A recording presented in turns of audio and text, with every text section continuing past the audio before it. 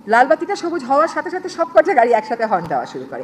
এই অভ্যাস থেকে মানুষকে সরিয়ে। বন ও জলবায়ু পরিবর্তন উপদেষ্টা সৈয়দা রিজওয়ানা হাসান বলেছেন, হর্ন বাজানোর দীর্ঘদিনের অভ্যাস পরিবর্তনের জন্য প্রথমে মানুষকে সচেতন করা হবে, এরপর আইনের কঠোর প্রয়োগ করা হবে। প্রথমে গুরুত্বপূর্ণ এলাকাগুলোতে, পরে পুরো ঢাকা শহর এবং ধীরে ধীরে বিভাগীয় শহরগুলোতেও শব্দদূষণ বন্ধের উদ্যোগ নেওয়া হবে। কাজটি শুরু করাই সফলতা। মঙ্গলবার ঢাকার কুর্মিটোলায় বেসামরিক বিমান চলাচল কর্তৃপক্ষের প্রধান কার্যালয়ে এক অনুষ্ঠানে পরিবেশ উপদেষ্টা এসব কথা বলেন। হযরত শাহজালাল আন্তর্জাতিক বিমানবন্দর এবং এর আশেপাশের 3 কিলোমিটার এলাকাকে নীরব এলাকা ঘোষণা করা হয়।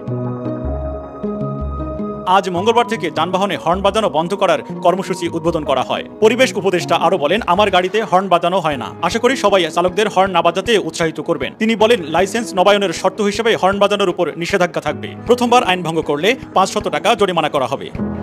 অক্টোবর ও নভেম্বর মাসে ভুলগুলো বিশ্লেষণ করে ডিসেম্বর থেকে জরিমানা কার্যকর করা হবে। সৈয়দা রিজওয়ানা হাসান বলেন, শব্দদূষণ স্বাস্থ্যের জন্য বড় হুমকি। এটি হৃদরোগ, উচ্চ রক্তচাপ ও স্নায়ুরোগ সৃষ্টি করতে পারে। ঢাকার যানবাহনের হর্নের কারণে মানুষের শ্রবণ শক্তি কমছে, তাই নীরব এলাকা কর্মসূচি শব্দদূষণ কমাতে গুরুত্বপূর্ণ পদক্ষেপ।